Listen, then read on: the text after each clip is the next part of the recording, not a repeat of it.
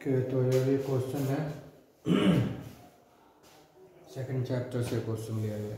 ठीक है, तो क्वेश्चन क्या है, calculate the wavelength, frequency and wave number. ये तीन चीज़ कैलकुलेट करना है।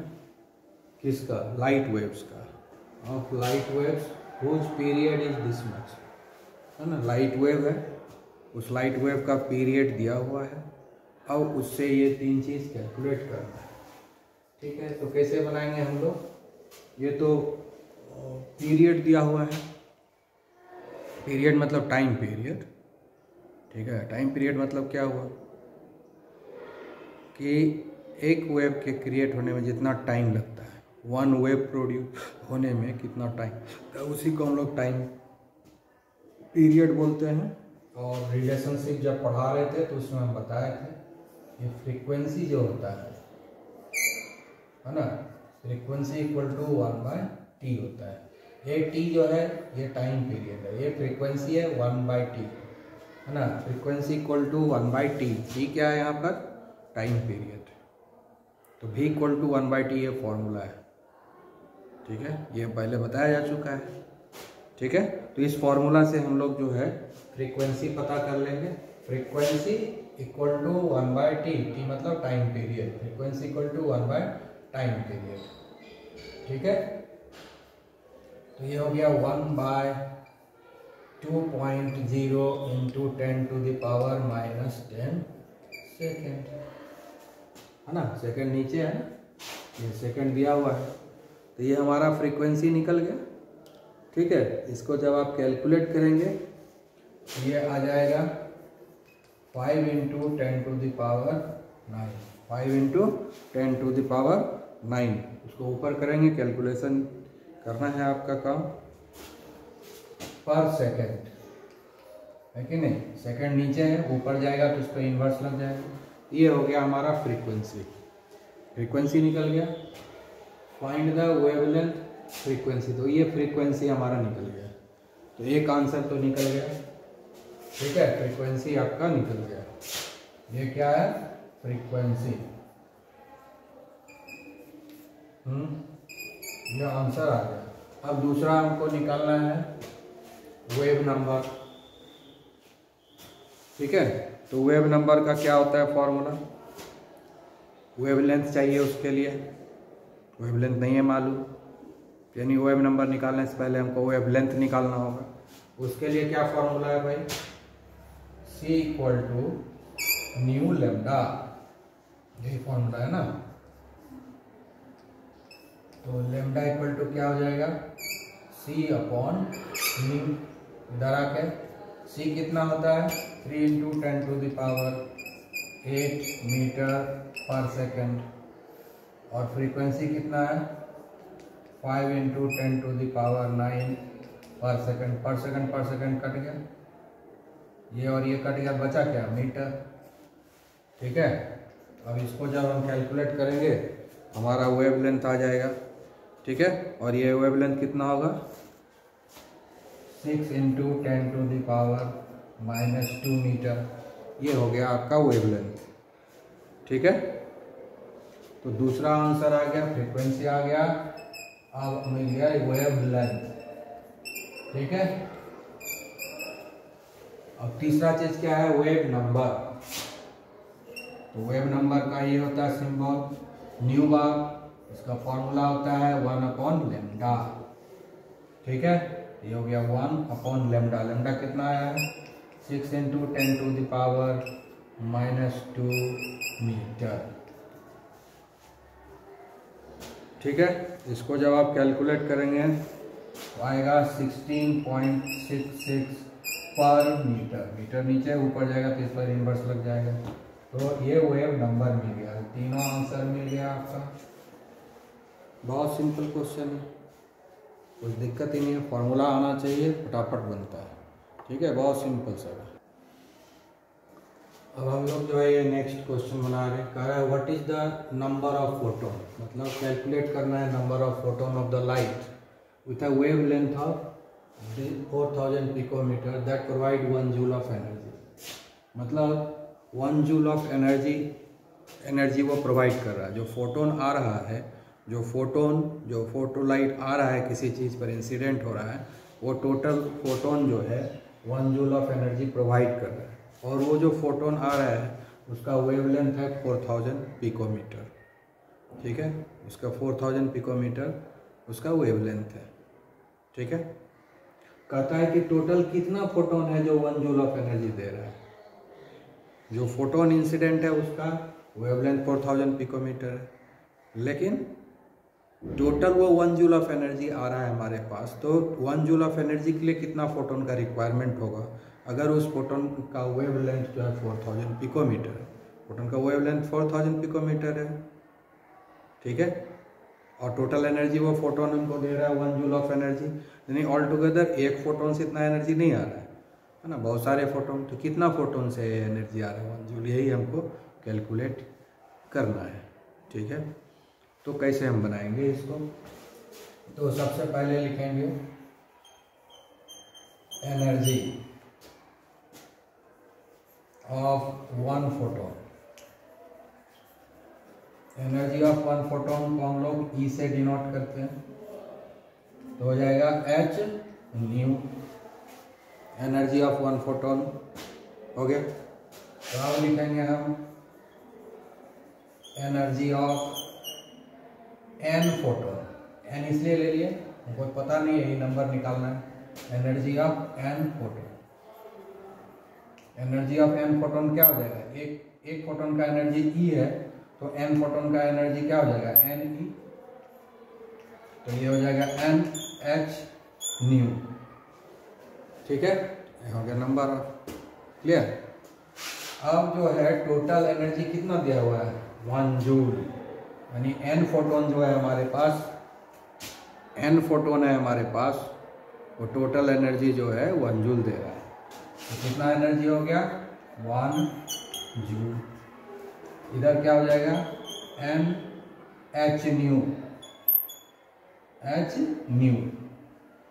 ठीक है, अब यहाँ पर क्या है कि हमको तो वेवलेंथ दिया हुआ है, वो तो वेवलेंथ दिया हुआ है ना, तो न्यू के बदले हम क्या लिख सकते हैं? C equal to nu lambda होता है, C equal to nu lambda होता है ना, तो इस न्यू को हम रिप्लेस कर सकते हैं। न्यू इक्वल टू क्या हो जाएगा? C by lambda. इसलिए हम इसको कर देंगे C बाय लेमडा। अब इसको हम लोग कैलकुलेट कर लेंगे। अब जो है हमको निकालना क्या है? नंबर ऑफ फोटोन, n निकालना है ना। ठीक है, तो n का वैल्यू निकालना है, तो n इक्वल टू क्या हो जाएगा? नंबर ऑफ फोटोन, ये इधर आके इसमें मल्टीप्लाई हो जाएगा, 1 joule into lambda by H C, यही होगा। ठीक है, टोटल एनर्जी 1 जूल दिया तो हम दे दिया ना। ठीक है, अब जो है ये हुआ 1 जूल, और वेवलेंथ दिया हुआ है 4000 पिकोमीटर। वेवलेंथ कितना दिया हुआ है? 4000 पिकोमीटर। तो उसको हमको मीटर में कन्वर्ट करना होगा। ठीक है ना, ऐसा ही यूनिट में कन्वर्ट करना होगा। तो ये हो जाएगा 4000 into 10 to the power 11, 10 to the power -12 metre होता है। हमको दिया हुआ वेवलेंथ 4000 पिकोमीटर, तो पिकोमीटर को हमको मीटर में कन्वर्ट करना है। तो 10,000 -12 से मल्टीप्लाई कर दिए, तो मीटर में कन्वर्ट कर दिया। उसके बाद जो है h क्या है? प्लांक्स कांस्टेंट है, इसके वैल्यू को पुट कर देना है। 6.63 into 10 to the power -34 joule second, इसका यही है। और उसका c है जो स्पीड ऑफ लाइट है, into 10 to the power 8 metre पर सेकेंड। ठीक है, यही है। अब यहाँ पर देखिए, ये मीटर कट गया। ठीक है, ये जूल और ये जूल कट गया, ये सेकंड और ये सेकंड कट गया। ठीक है, तो अल्टीमेटली क्या बचा? नंबर कोई यूनिट बचा, मीटर भी कट गया, जूल भी कट गया, सेकंड भी कट गया, कुछ नहीं बचा। तो सिंपली नंबर बचा है, कोई यूनिट नहीं बचा है, नंबर बचा। इसको जब आप कैलकुलेट करेंगे तो ये आएगा 2.01।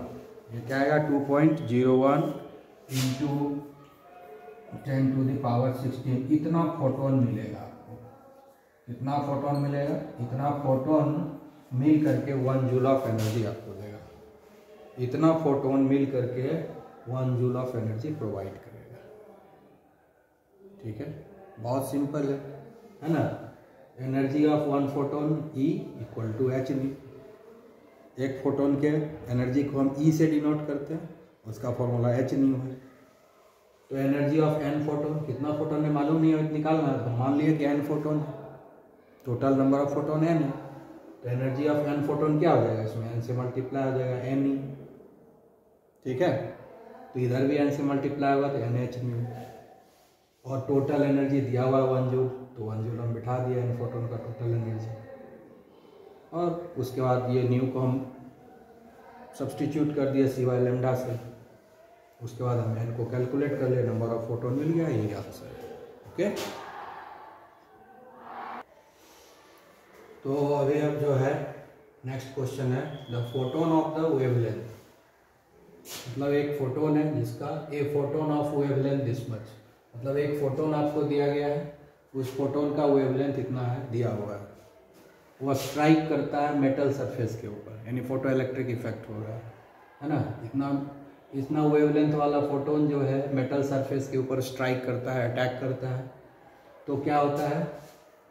उसका कहता है work function of the metal being this much electron volt. इतना इलेक्ट्रॉन वोल्ट वर्क फंक्शन है। वर्क फंक्शन मतलब क्या हुआ? Threshold energy.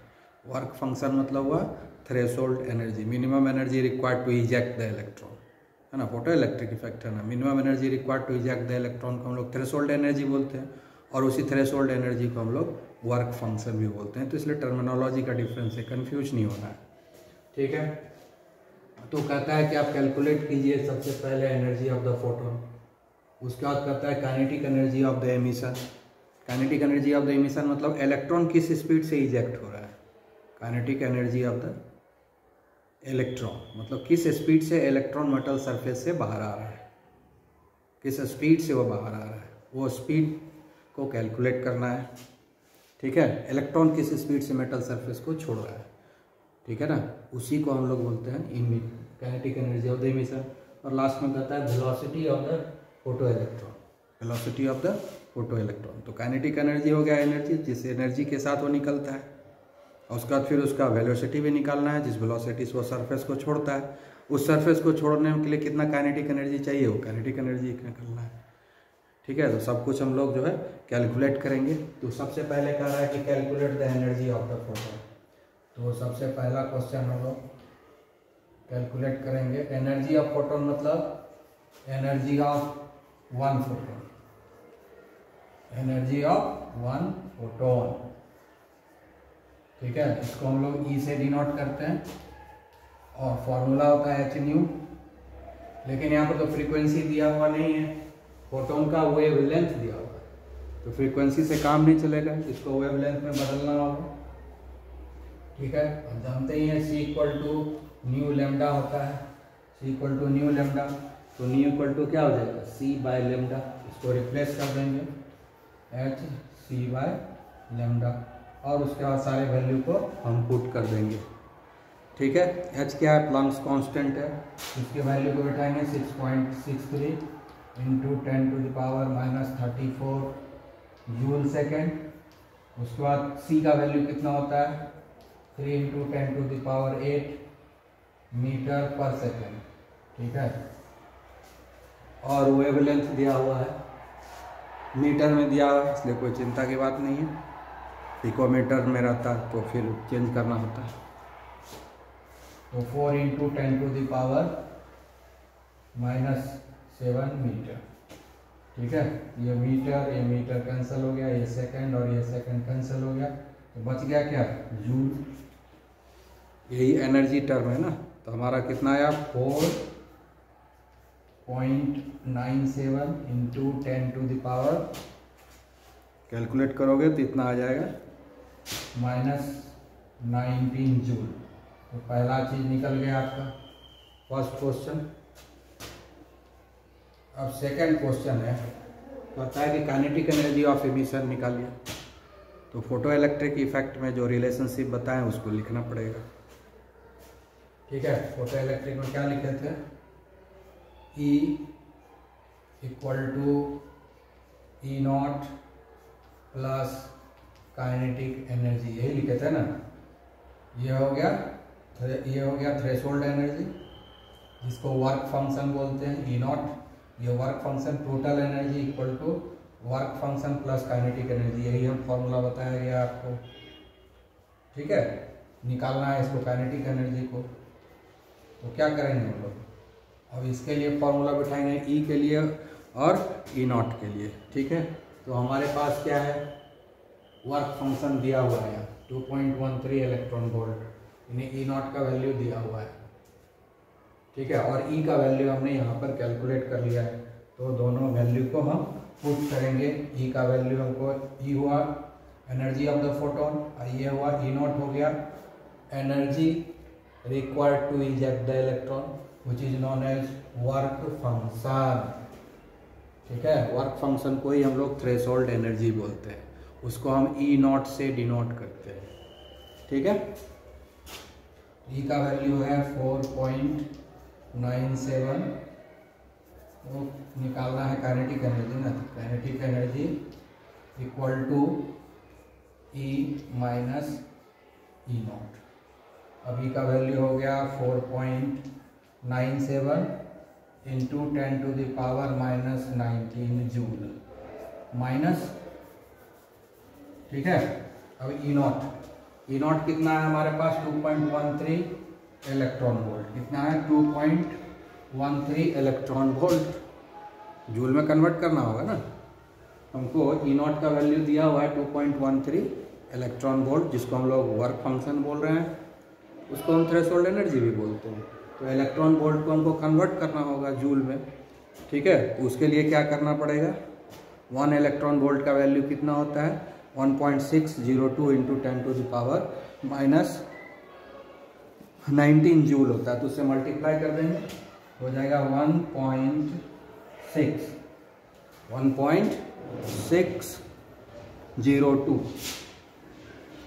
Into 10 to the power minus 19 joule.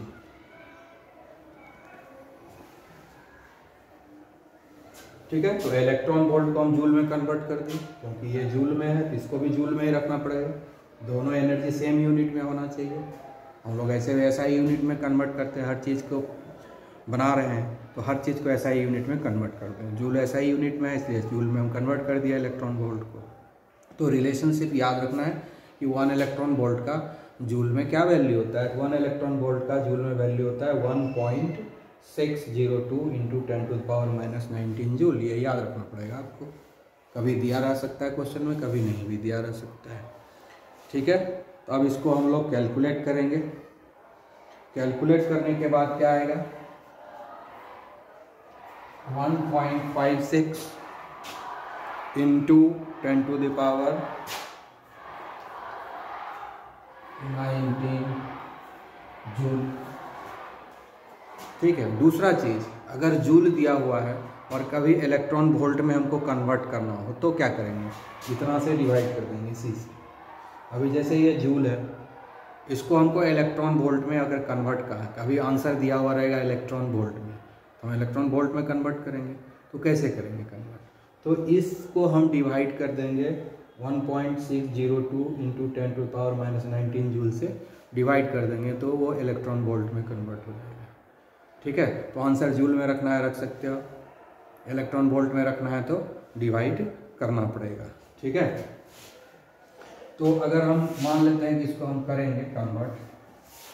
ठीक है, अब यहाँ पर हम कन्वर्ट करके बता रहे हैं 1.56 into 10 to the power minus 19, इसको हम डिवाइड कर देंगे 1.602 into 10 to the power minus 19 से। ठीक है, तो ये हो जाएगा इलेक्ट्रॉन वोल्ट। जैसे ही जूल को हम इससे डिवाइड करेंगे वो कन्वर्ट हो जाएगा इलेक्ट्रॉन वोल्ट में। तो ये भी जानना है। अगर कभी कभी रहेगा इलेक्ट्रॉन वोल्ट में आंसर तो क्या करेंगे, इस तरह से हमको 0.97 इलेक्ट्रॉन वोल्ट। इलेक्ट्रॉन वोल्ट कैसे लिखते हैं, ई स्मॉल में और भी कैपिटल में। इलेक्ट्रॉन वोल्ट कैसे लिखते हैं, ए स्मॉल में और भी को कैपिटल में लिखते हैं। ठीक है, अगर इलेक्ट्रॉन वोल्ट में आंसर रहेगा तो हमको यहाँ तक बनाना पड़ेगा, जूल में आंसर रहेगा तो हमको यहाँ तक बनाना पड़ेगा। ठीक है, ओके। अब तीसरा क्वेश्चन क्या कर रहा है कि velocity of the photo electron. Photo electron किसको बोलते हैं, जो इलेक्ट्रॉन इजेक्ट हो रहा है लाइट एनर्जी के हेल्प से, जो मेटल सरफेस से इलेक्ट्रॉन इजेक्ट हो रहा है तो उसको फोटो इलेक्ट्रॉन नाम रख दिए। है तो वो इलेक्ट्रॉन ही, लेकिन कहलाता है फोटो इलेक्ट्रॉन क्योंकि वो लाइट एनर्जी के हेल्प से निकल रहा है, इसलिए फोटो इलेक्ट्रॉन। तो उसका जो है वेलोसिटी को निकालने के लिए कर रहे हैं। तो हम यहाँ भी तुरंत काइनेटिक एनर्जी को कैलकुलेट किए हैं। तो काइनेटिक एनर्जी में तो वेलोसिटी रहता ही है, तो हम उससे भी कैलकुलेट कर लेंगे।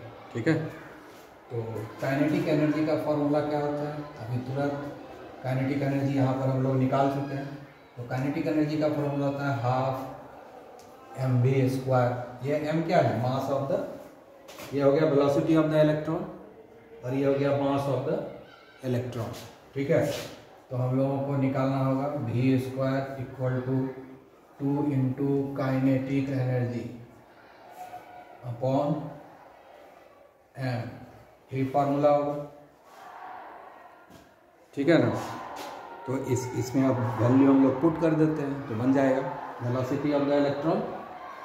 काइनेटिक एनर्जी फॉर्मूला ही होता है, उससे हम वेलोसिटी निकालेंगे। ये अरेंज कर दिए, वेलोसिटी का ये हो गया फॉर्मूला और सारे वैल्यू को पुट कर देते हैं। ठीक है,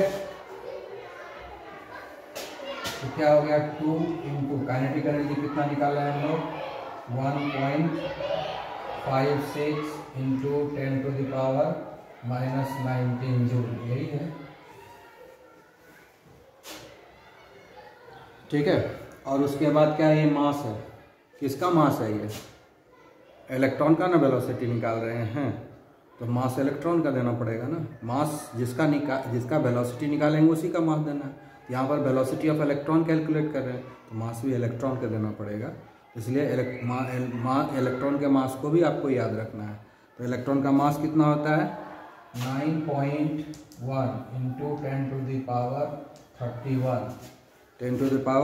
10⁻31 kg, सारा ऐसा यूनिट है ना। ये मास ऑफ द इलेक्ट्रॉन होगा, है ना, क्वेश्चन में दिया हुआ नहीं है, आपको याद रखना पड़ेगा। ठीक है, तो इसको कैलकुलेट करेंगे तो अल्टीमेटली क्या आएगा, v², जब सारा कैलकुलेट कर देंगे, ठीक है, सब कुछ कैलकुलेट करेंगे तो आएगा ये 0.34 × 10⁻12 आएगा। ठीक है, फिर इसको क्या करेंगे, स्क्वायर रूट निकलेगा इसका, 0.34 × 10⁻12। ठीक है, वेलोसिटी है मीटर, अब मीटर में आंसर आएगा। अब इसका जब स्क्वायर रूट निकलेगा तो कितना आएगा, 5.85 × 10⁵ मीटर/सेकंड। ये हो गया आपका फाइनल आंसर। ठीक है, तो इस तरह से वेलोसिटी ऑफ इलेक्ट्रॉन भी निकल गया। ये आपका ये हो गया फाइनल आंसर। ओके, इसको प्रैक्टिस करेंगे, practice more and more, you will get acquainted very much.